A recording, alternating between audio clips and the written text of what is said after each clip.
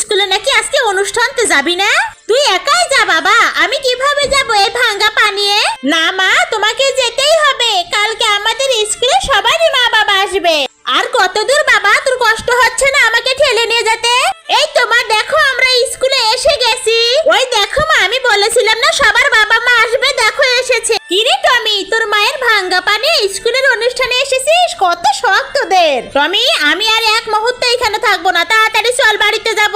না মা, আমি তোমাকে এই র্যাম্পের উপর দিয়ে হাঁটিয়ে নিয়েই ছাড়বো, কারণ তোমার তো অনেক স্বপ্ন ছিল মা এখান দিয়ে হাঁটার। দেখো মা, সবাই আমাদের ভিডিওতে লাইক সাবস্ক্রাইব করবে। এই তো আমাদের গাড়ি এসে গেছে বাবা। এই তো গাড়িতে উঠে গেছি। এখানে একটু বসো তো আব্বু।